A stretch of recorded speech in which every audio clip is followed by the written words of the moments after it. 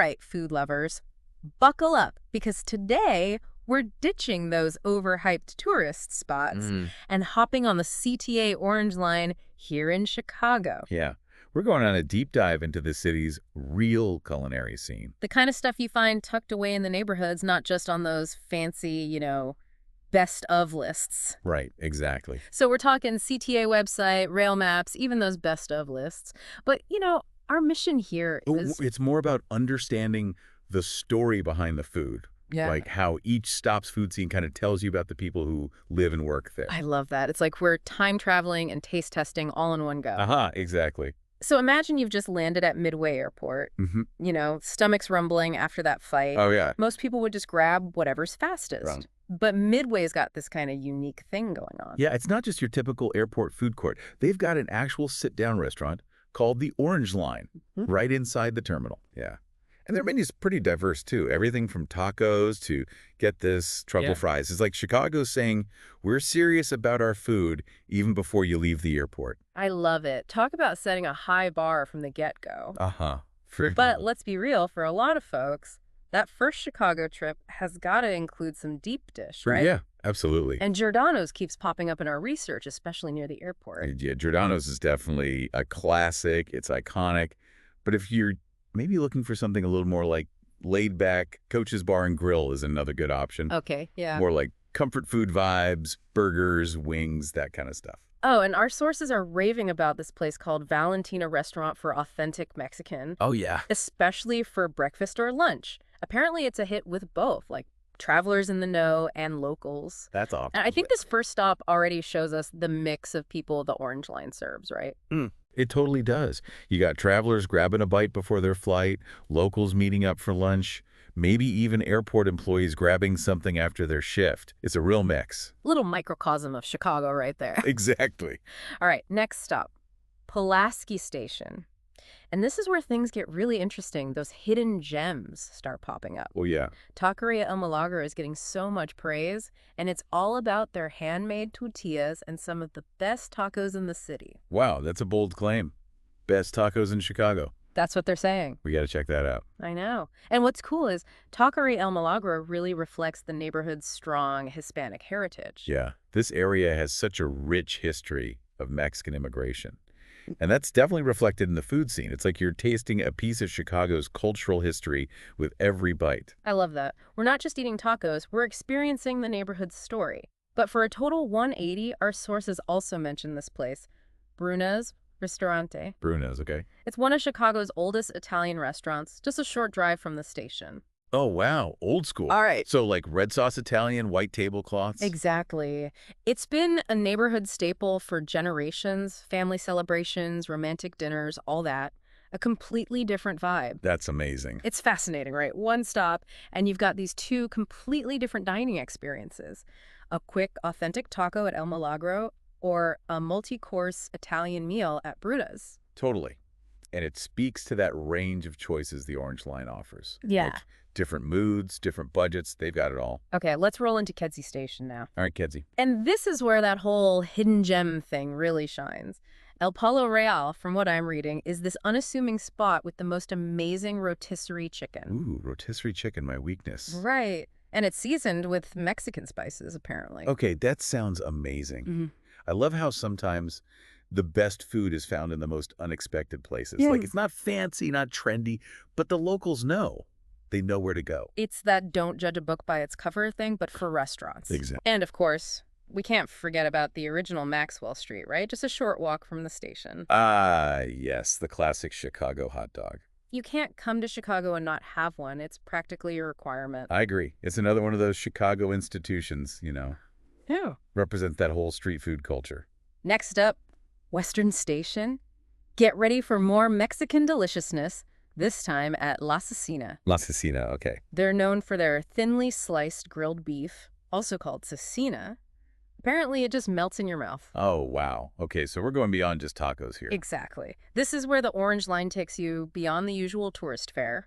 It's all about exploring those regional specialties. I love that. And for something completely different, there's Nana, a family-owned spot specializing in organic American-Mexican fusion. Oh, interesting. So you've got the traditional flavors at La Cecina, and then Nana's doing something new, experimenting. Exactly. It's like seeing the evolution of food culture happening right before your eyes. That's a great way to put it. Okay, let's hop off at 35th Archer Station now. This stop shows how diverse a single neighborhood can be. We've got Bridgeport Bakery, a classic spot for donuts and pastries, perfect for that sweet tooth. Oh, yeah, gotta have something sweet. And Bridgeport Bakery sounds like one of those classic neighborhood spots. You know, not flashy, but the locals rely on it for their everyday treats. Totally.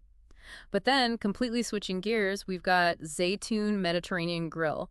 They're all about fresh Mediterranean food with vegan and gluten-free options. Oh, that's awesome. So it's not just about the food, it's about being inclusive and accessible to everyone. Exactly.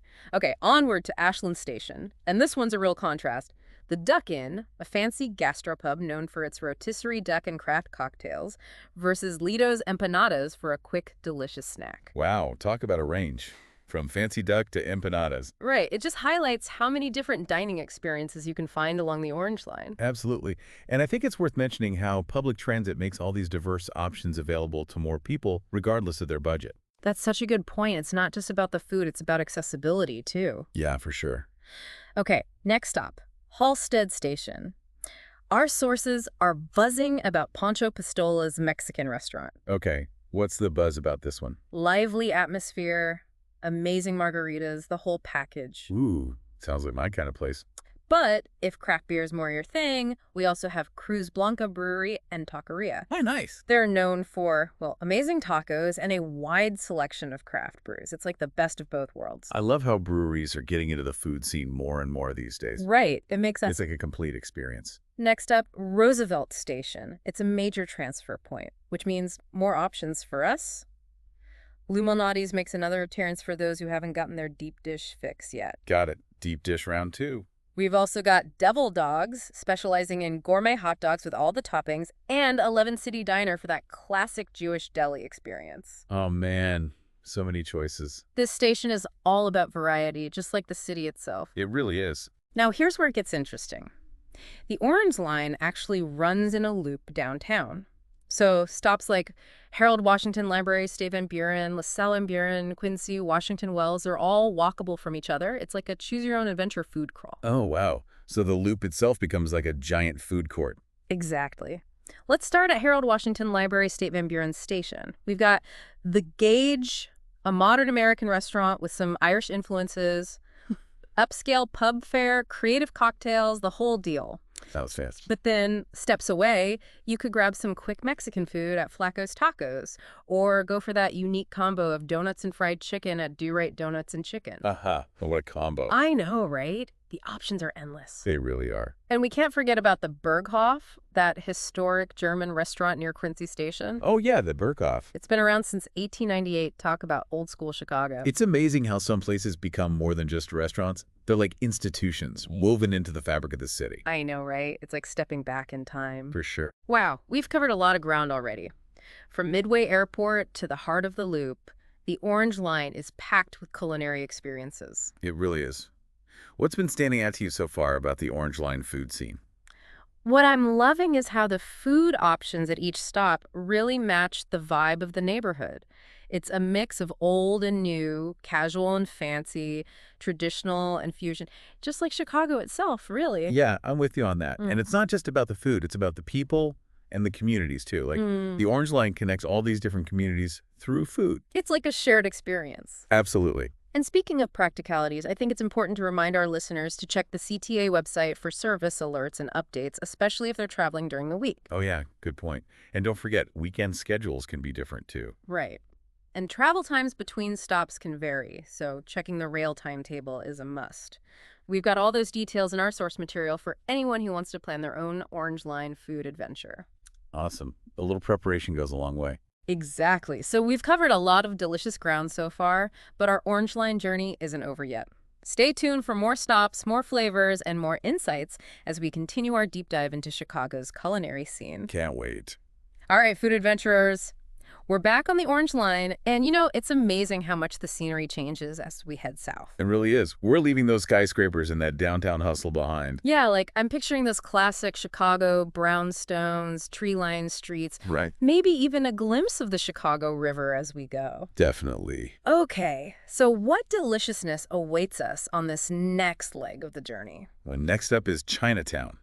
Cermic Chinatown Station. Ooh, Chinatown. Okay, I'm already craving dumplings, dim sum, all that good stuff. You're in luck. Our sources are raving about Phoenix Restaurant. Phoenix. Are Okay. known for their authentic Cantonese dishes and dim sum. Oh, man. Like, picture those steaming baskets of dumplings. I'm already drooling. Savory buns, delicate pastries, all made fresh daily. It's a dim sum lover's dream. I can practically smell those delicious aromas wafting from the kitchen. Phoenix Restaurant sounds like a must visit. It's definitely a highlight of Chinatown. But honestly, Chinatown's got a ton of options for exploring Chinese cuisine. Oh, yeah, for sure. Like from Sichuan hot pots to hand-pulled noodles, there's something for every taste. I love that we're getting this glimpse into Chicago's Chinese community through the food. Right. It's like we're experiencing the culture firsthand, even without leaving the train. Exactly. The food scene along the Orange Line, it's so much more than just restaurants. It's a reflection of all those diverse communities and their traditions. Absolutely. Okay, so what's our next stop? What kind of culinary adventure awaits us? Next, we're heading to Sox 35th Station, which puts us right in the heart of Bridgeport. Bridgeport. Okay, so we're talking strong Irish heritage, home of the White Sox. Exactly. What kind of culinary treasures are we going to uncover there? Our sources are pointing us to a couple places that really reflect Bridgeport's unique character. First up is Shaller's Pump, a classic neighborhood bar Okay, Shaller's Pump. that's been around for over 100 years. Wow, over 100 years. This place must have some stories to tell. Oh, I bet. It's known for its casual atmosphere, cold beer, classic bar fare like burgers, fries, their famous Polish sausage. I can already picture it like generations of Chicagoans gathering there, watching the game, sharing stories. Totally. It's like the heart and soul of Bridgeport. But for a different kind of experience, there's also Maria's Packaged Goods and Community Bar. Okay, Maria's Packaged Goods and Community Bar. That name is intriguing. It's this kind of hidden gem that combines a neighborhood grocery store with a cozy bar in the back. Oh, wow. They've got craft cocktails, local beers, and their menu's pretty unique too. Polish-inspired dishes, along with modern American fare. That's an interesting mix. It's like they're honoring the neighborhood's Polish roots, but also embracing those newer culinary trends. Yeah, exactly. And, it's worth noting that Bridgeport has seen a lot of gentrification in recent years, which has definitely impacted the food scene. Right, gentrification, it's a complex issue. It is. Wow. On the one hand, you get new residents with different tastes, so you get a more diverse range of restaurants. More choices. That's good. Definitely. But it's important to think about the impact on those longtime residents and businesses, too. Yeah, those rising rents can make it tough for those mom and pop shops to stay afloat. Exactly. So it's all about striking that balance, welcoming new businesses, but also preserving the history and character of the neighborhood. I agree. It's something to be mindful of as we explore these different areas. Okay, so where to next on our Orange Line food tour? Our next stop is Halstead Station, right on the border of Bridgeport and Pilsen. And here we encounter a true Chicago classic, Dusek's Tavern. Dusek's Tavern. Okay, I've heard good things about this place. It's a gastropub that's become pretty popular with locals and tourists alike. They're known for what they call elevated comfort food. Okay, elevated comfort food. What exactly does that mean? Think like duck confit poutine, crispy pork belly sandwiches, mac and cheese with truffle oil. Oh, wow. They take those comfort food favorites and give them a gourmet twist. Sounds decadent, and I bet it pairs perfectly with one of their craft cocktails. Definitely. But beyond the food, Dusek's also has this really cool history. The building used to be a Czech social club. Really? So we're getting a taste of history along with our meal. Exactly. And it's those little details that make exploring the Orange Line so fascinating. You're uncovering these hidden stories that you wouldn't find in a guidebook. Totally. Okay, I'm ready to continue our journey south. What other culinary treasures are waiting for us? Well, next up is deeper into Pilsen, known for its vibrant art scene and strong Mexican heritage. And here, we find a real treat, Carnitas Uruapan. Carnitas Urupan. Okay, I've heard of this place. It's legendary for, carnitas, Wow. slow-cooked pork that's so tender, so flavorful. I'm getting hungry just thinking about it. What's the secret to their carnitas? Traditional cooking methods. They slow cook the pork for hours in its own juices, Oh, wow. and they season it with this perfect blend of Mexican spices. It's all about those simple, authentic And it's ingredients. like pure culinary magic. Exactly. And that's what makes carnitas Uruapan so special. It's like experiencing the true essence of Mexican cuisine. And beyond carnitas Uruapan, Pilsen's got a ton of options for exploring Mexican food and culture. I'm thinking street tacos, tamales, churros. It's like a taste of Mexico right here in Chicago. Absolutely. It really shows the city's multiculturalism and how food can connect us to different cultures. Okay, I'm ready for our next stop. Where are we headed? Our next stop is 18th Street Station, right in the heart of Pilsen's Arts District.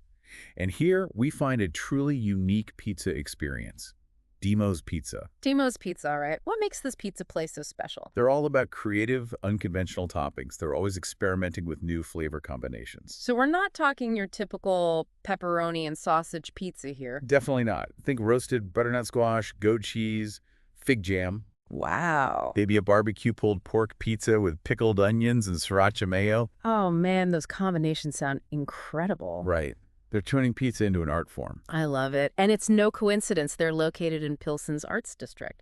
They're surrounded by creativity. Exactly. It's the perfect place to fuel up after exploring all the art galleries and music venues. It's another great example of how the Orange Line connects us to all those different cultural experiences Chicago has to offer.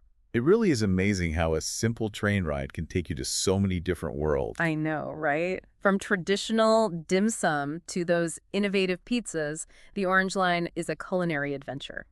And, it's been really eye-opening to see how the food scene along the line reflects the history and the changing character of these neighborhoods. It really has. And we're not done yet. There are still more stops to explore, more flavors to discover. Stay tuned as we continue our deep dive into Chicago's food scene, one Orange Line stop at a time.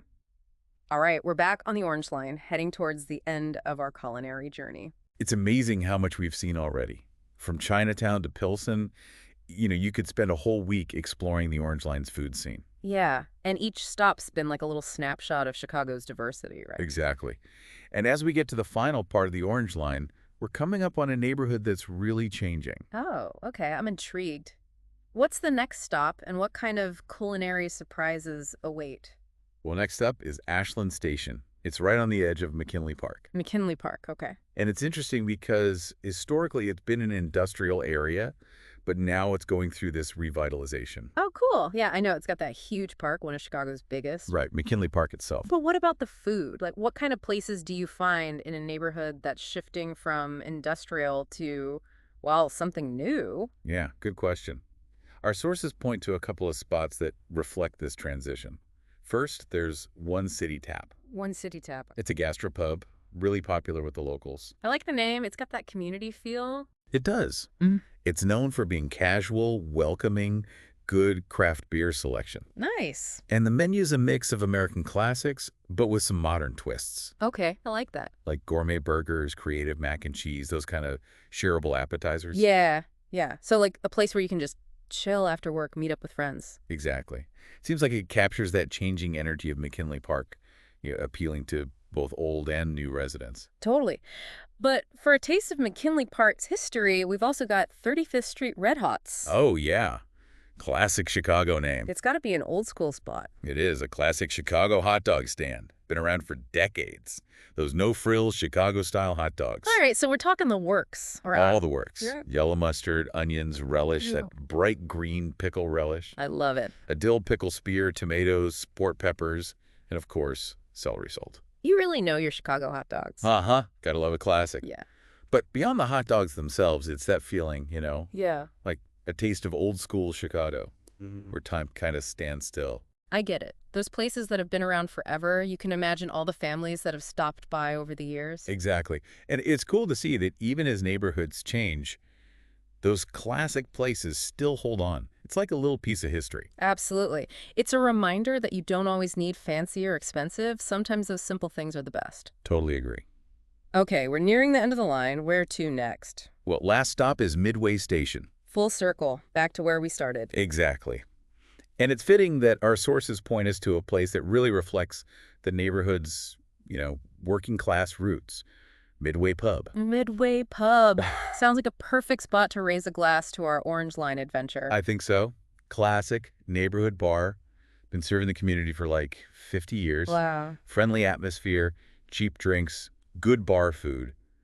You know, burgers, fries, wings, maybe a fish fry on Fridays. Yeah, yeah. Like a place where you can just relax, unwind, maybe chat with the locals. Right. It shows that even somewhere as busy as an airport, there's still that community feel. What a journey it's been. We've traveled the whole Orange Line, explored all these different neighborhoods.